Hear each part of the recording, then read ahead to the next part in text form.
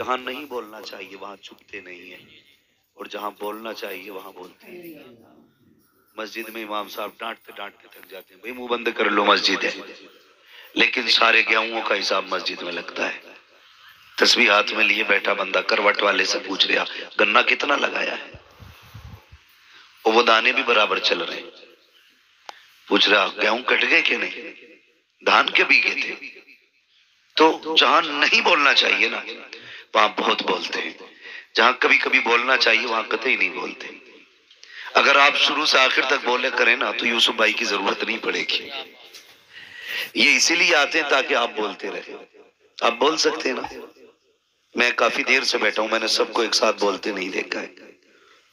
اگر آپ بول سکتے ہیں تو کہیں ذرا یا رسول اللہ۔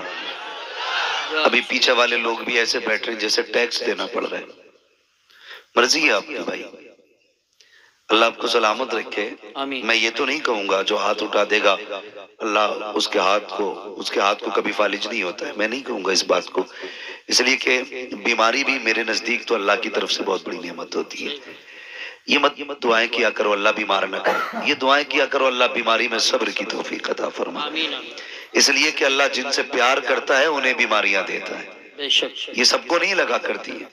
کوئی بندہ کہے گا بھائی شکر ہے اللہ کا آج تک میں بیماری نہیں ہوا، تو اس کا مطلب رب تجھ سے پیار نہیں کرتا۔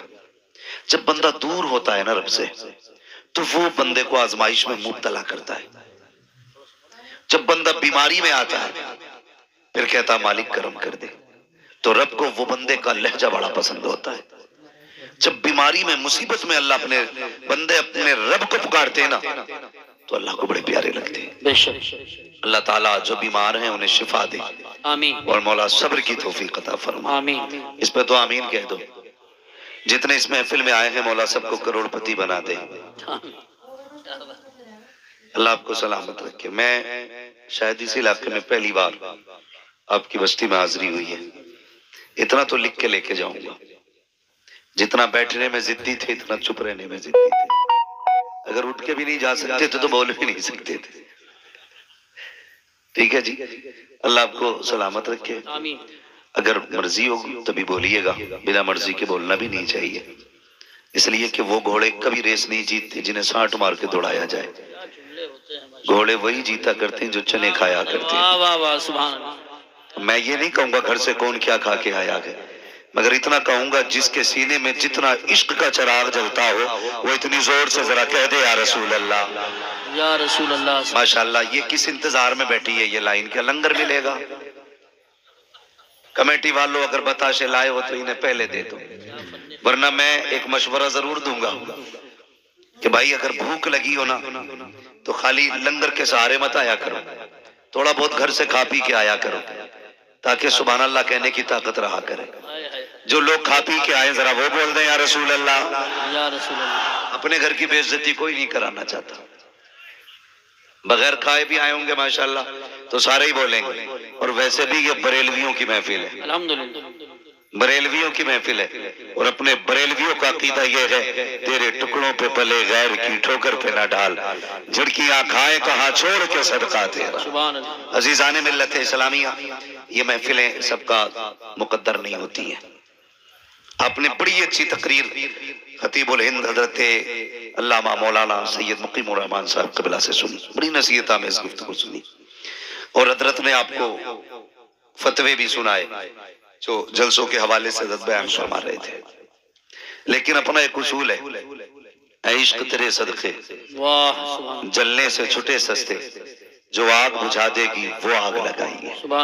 میں دیکھ رہا ہوں میری آنکھوں کے سامنے زیادہ تر ایسے چہرے ہیں جو جوان ہیں، بہت کم ایسے چہرے ہیں جو بوڑھے ہیں۔ اس میں دو باتیں ہیں، یا تو یہاں کے بوڑھے جلسہ سننے نہیں آتے، یا پھر ایسا ہے کہ بوڑھے ہیں ہی کم۔ اگر بوڑھے کم ہیں تو نوجوان میری بات غور سے سنیں، پھر یہ انتظار نہ کریں کہ بڑھاپے میں نیک بننا ہے، اس لیے کہ کالے بالوں کی کثرت بتا رہی ہے اب لوگ بڑھاپے کو زیادہ نہیں پہنچتے، زیادہ تر جنازے جوانیوں میں اٹھتے ہیں، اس لیے خدا را بدلیں اپنے آپ کو، بدلیں، اور یہ جو سینے میں دل دیا ہے اللہ نے، یہ بیکار نہیں، اس کی فطرت ہے کسی سے پیار کرنا، اس کی فطرت ہے کسی کو اپنا بنا لینا یا کسی کا ہو جانا، یہ دل دیا ہی اس لیے ہے۔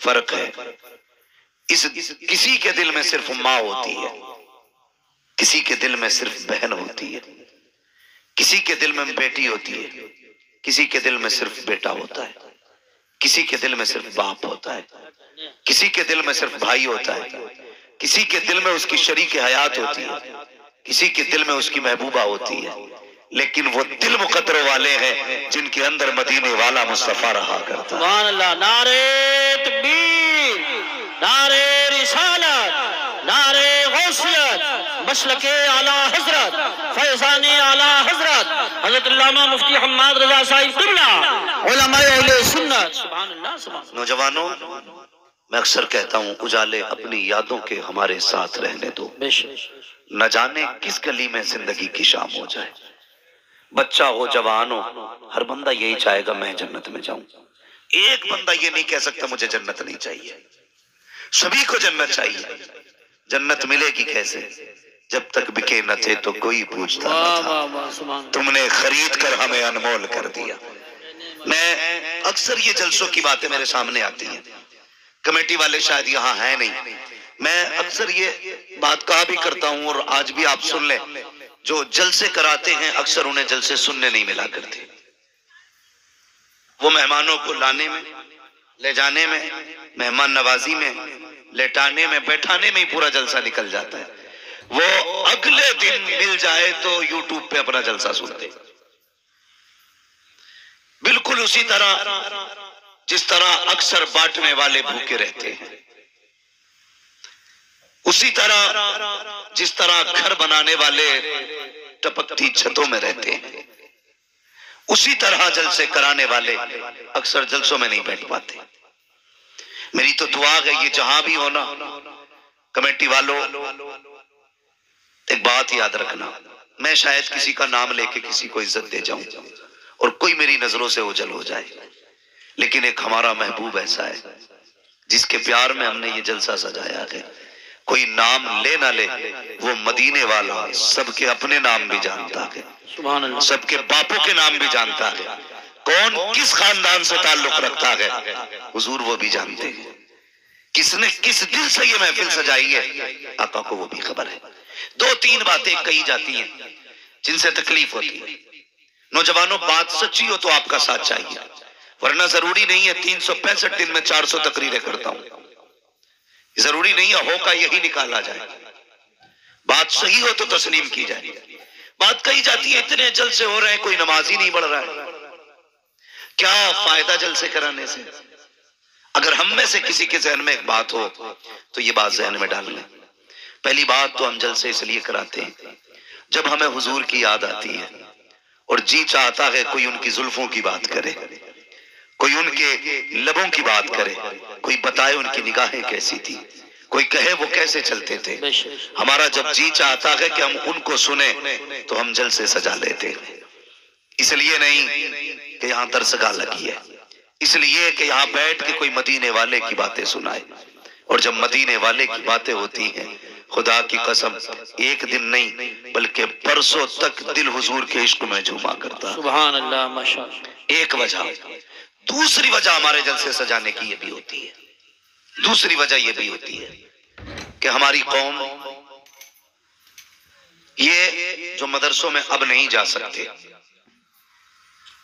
جن کی عمریں 40 سال ہو گئی ہیں، 50 سال ہو گئی ہیں، اور ایسی کمیاں جو کتابوں میں نہیں ہیں، جو درسی کتابوں میں جن کی صلاح نہیں ملتی ہے، جدید دور جدید خرافات ہیں، تو ان خرافاتوں کو ہمارے علماء اکرام نظر میں رکھے، جو لوگ مدرسے میں نہیں جا سکتے ایک دن حضور کی محفل میں بلا کر کے ان باتوں پہ گفتگو کر لیتے، جس سے رب کے فضل سے ہم اتنا مانتے ہیں کہ 70% لوگوں کے دلوں کا میل صاف ہو جایا کرتا۔ سبحان اللہ، سبحان اللہ، ماشاءاللہ۔ یہ جو لوگ کہتے ہیں کچھ نہیں ملتا جلسوں سے، میں طاہر بھائی چلے گئے، کشن گنج کے ایک ایسے علاقے ایک گاؤں میں گیا، نام نہیں بتاؤں گا، جہاں پہ لوگوں نے یہ کہا کہ ہماری 3 پشتیں گزر گئی ابھی تک یہاں جلسہ نہیں ہوا۔ کتنی بولے؟ کتنی؟ سارے نہیں بول رہے ہیں ابھی، پھر وہی بات ہو جائے گی، پھر پوچھ لوں گا کون روٹی کھا کے آیا۔ آج میں اپنے علاقے میں بول رہا ہوں، کتنے؟ 3 پشتیں گزر گئی، جلسہ نہیں ہوا۔ بولے پہلی بار تمہیں گاؤں والوں نے بلایا۔ میں نے کہا کیوں؟ بولے تمہاری باتیں اچھی لگی۔ کہنے لگے جلسہ نہ ہونے کا نقصان اتنا بڑا ہے کہ ہمارے گاؤں میں آج بھی پیپل کی پوجا کی جاتی ہے۔ یہ پچھلے سال کی بات بتا رہا ہوں میں۔ انہوں نے کہا آج بھی ہولی دیوالی پہ ہمارے یہاں مسلمانوں کے گھر پوری بنتی ہے،